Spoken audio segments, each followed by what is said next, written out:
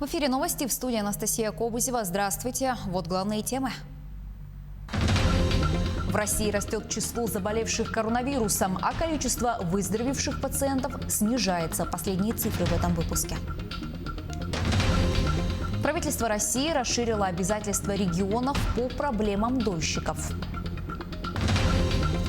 Паломники возвращаются в Мекку. Саудовская Аравия ослабляет карантин.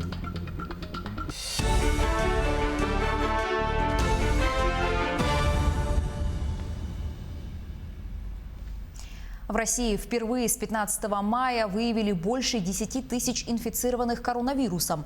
В относительном выражении количество заразившихся возросло на 5,5% против 4,4% недели ранее. Число так называемых активных случаев, то есть пациентов, которые проходят лечение в данный момент, продолжает расти. За неделю оно увеличилось на 14%. Из-за подъема заболеваемости снижается доля уже выздоровевших пациентов. Если 27 сентября она составляла 82%, то 4 октября показатель снизился до 80,6%. В общей сложности в стране вылечились 979 тысяч человек. Вслед за ростом числа заболевших увеличивается и количество смертей из-за новой инфекции. С 28 сентября по 4 октября штаб сообщил о 1034 летальных исходах. В последний раз больше 1000 умерших в России фиксировали в середине июля. Частичные ограничения, связанные с распространением коронавируса, сохранятся в России еще на 1-2 года. Такое предположение высказал вирусолог, бывший заведующий лабораторией Центра «Вектор» Александр Чепуранов. При этом он отметил, что ученые пока не имеют представления о результативности и длительности иммунитета при вакцинации против новой инфекции.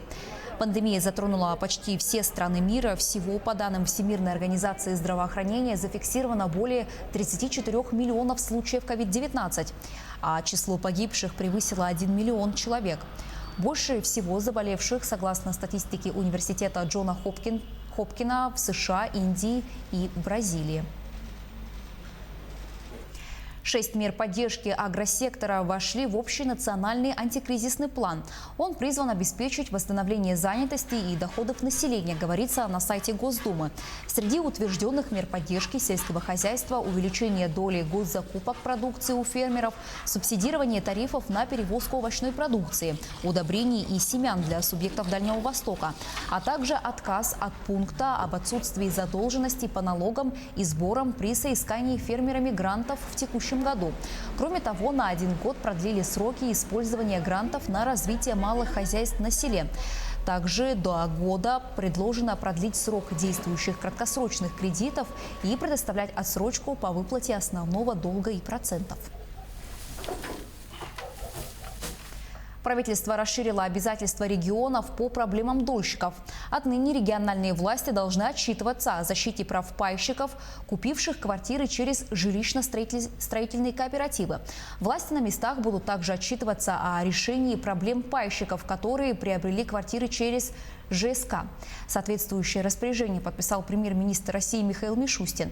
Руководители региона составят дорожные карты по решению проблем обманутых дольщиков, где укажут список проблемных домов и недобросовестных компаний, количество пострадавших, меры, способы и сроки восстановления их прав.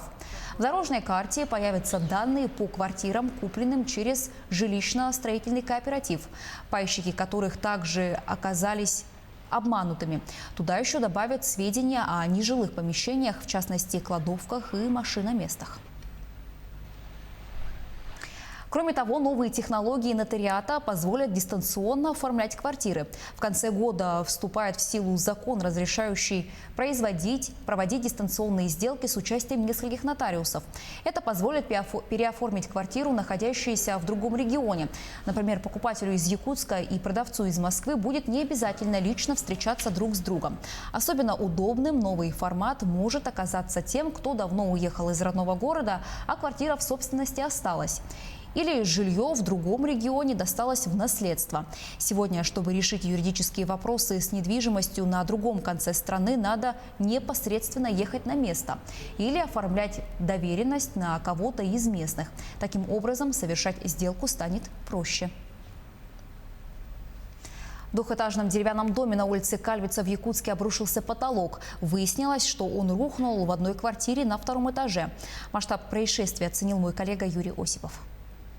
Обрушение потолка произошло примерно в 8 часов утра. Со слов жильцов квартиры, с раннего утра были слышны странные звуки и начало все сыпаться. Спустя пару часов потолок просто рухнул. Смотрю и думаю, вот сейчас она упадет.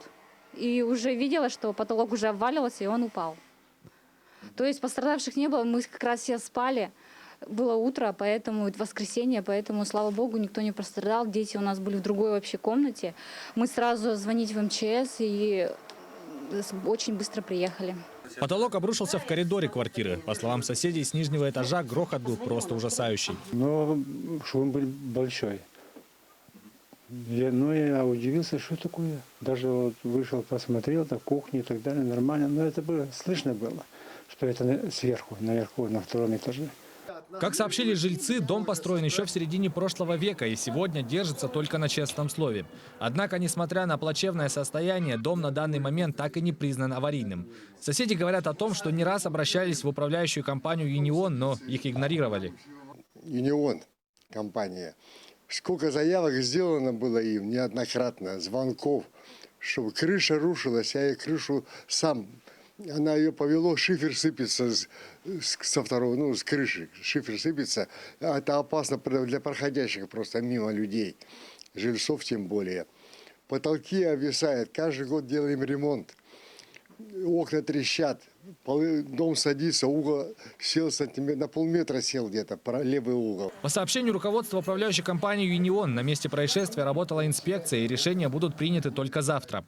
В этой квартире проживает 4 человека, в том числе маленький ребенок. И только чудом удалось избежать жертв.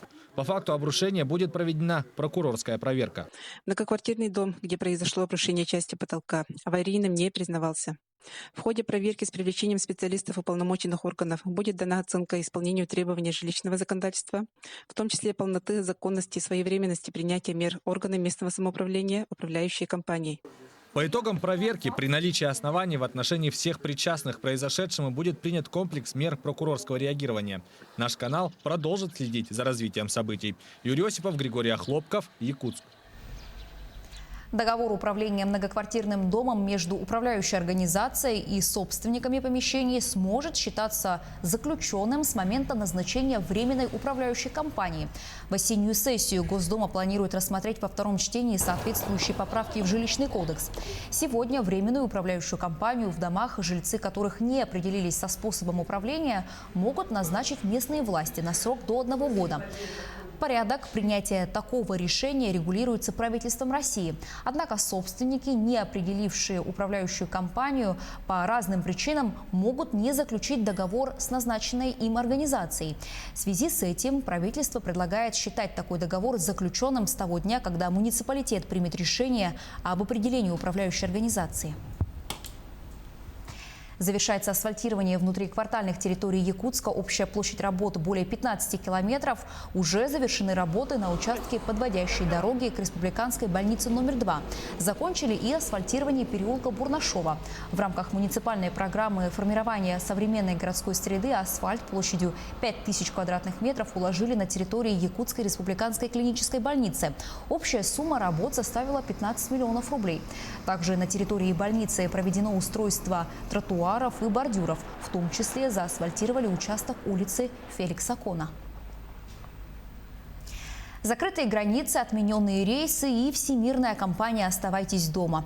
В этом году пандемия COVID-19 коснулась практически каждого жителя планеты. В тяжелой ситуации оказались многие. Тем, кто попал в беду, помогал профсоюз «Профалмаз». Подробности в следующем сюжете. Кого-то сократили на работе, а кого-то отправили в простой. У всех, кто обращался за поддержкой в профсоюз «Профалмаз», была своя причина. Владимир Пасечник до пандемии нового коронавируса работал машинистом крана в удачнинском комбинате.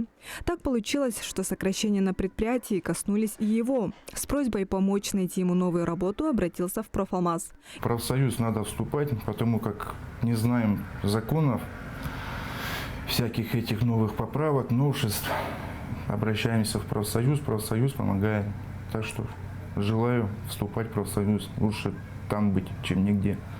Во время пандемии Профалмаз расширил каналы связи для консультаций и возможности обратиться членам профсоюза по всем вопросам к юристу профсоюза. Задать вопрос в Профалмаз сейчас можно по электронной почте profalmaz@alrosa.ru, обратившись в приемную по телефонам 8 411 36 9 90 20, добавочный 4 24 46, также 8 411 36 3 46 64.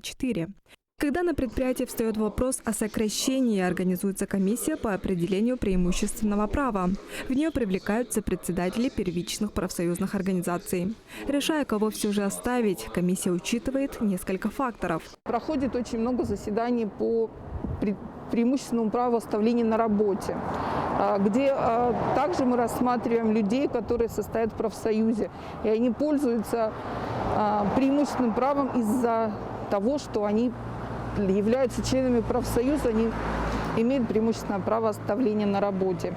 За 8 месяцев этого года в горно-обогатительных комбинатах всех площадок состоялось более 60 комиссий с участием представителей Профалмаз. Все сокращения штата компании «Алроса» проходят при обязательном согласовании профсоюза. При сокращении работников прилагает все усилия по сохранению рабочих мест и соблюдению трудового законодательства в отношении сокращаемых сотрудников.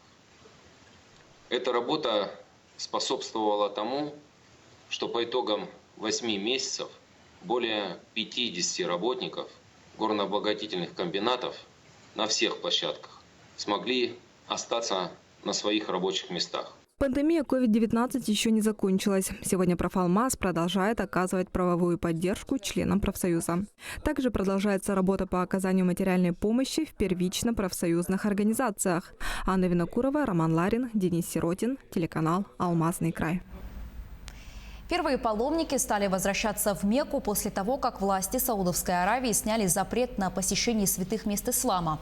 Он был введен полгода назад, чтобы воспрепятствовать распространению коронавируса. Хадж в июле носил символический характер, поскольку число допущенных к нему было максимально ограничено. В воскресенье начало действовать разрешение на умру – малое паломничество. В отличие от хаджа, который совершается в последний месяц исламского года по лунному календарю, умра проводится в оставшееся время. Пока по 6 тысяч человек в день. Это касается подданных королевства и постоянно проживающих здесь иностранцев. Белая медведица Колымана и ее медвежонок Алмаз ждут новые игрушки. Об этом рассказали в республиканском зоопарке Артодайду. Партию игрушек для белых медведей в нескольких российских зоопарках закупила компания «Роснефть». Многие уже их получили. Например, Харчана, которая живет в Ленинградском зоопарке. Якутский же зоопарк ожидает поступления в ближайшее время. А пока Алмаз с Колыманой наслаждаются последними теплыми днями и возможностью поплавать в бассейне. Как рассказали в зоопарке, в отличие от своей старшей сестры Харчаны, Алмаз меньше любит купаться. Но Колымана воспитывает сына очень терпеливо, не заставляет его делать что-то силой, а постепенно приучает к новым формам поведения.